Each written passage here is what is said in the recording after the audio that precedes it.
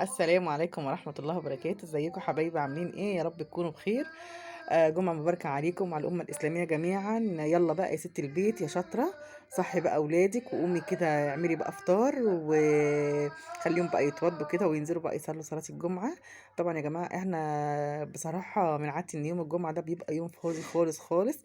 ببقى مشطبة طبعا البيت من بالليل، مش بيبقى ورايا حاجة خالص. فالنهارده بقى الجمعة كده نروح بقى نصلي الجمعة كده، وبعد كده بقى نيجي ايه، نشوف بقى اكلنا وشربنا. تعالوا بقى اوريكم المفروض ان احنا النهارده يوم جمعة، تعالوا نعمل ايه، خليكم معايا.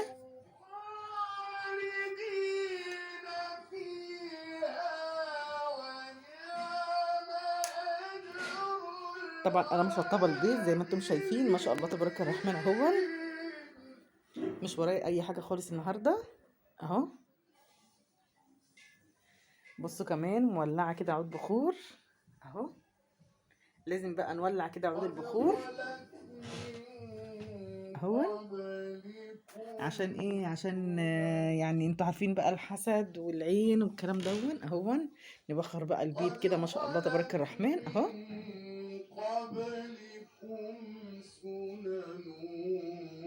طبعا جمعة مباركة عليكم وعلى الأمة الإسلامية جميعا، ودايما واقفين جنبي. ربنا يا رب يكبر بخاطركم، اللهم آمين يا رب. أتمنى يا جماعة فيديوهاتي تكون بتعجبكم. بصوا ما شاء الله، هو انا شقتي والله رايقه. انا ولادي اساسا كبار، مش بيبهدلوا حاجه وراهم، الحمد لله. اتمنى يا جماعه الفيديوهات بتاعتي تكون بتعجبكم وتقفوا معايا بالله عليكم عشان قناتي تكبر. طبعا قناتي مش هتكبر غير بيكم. ربنا يا رب يجعلها في ميزان حسناتكم، اللهم امين يا رب. كل اللي بيدعم لي قناتي متشكره جدا جدا جدا جدا، يا احلى واجدع اخوات في الدنيا بحالها.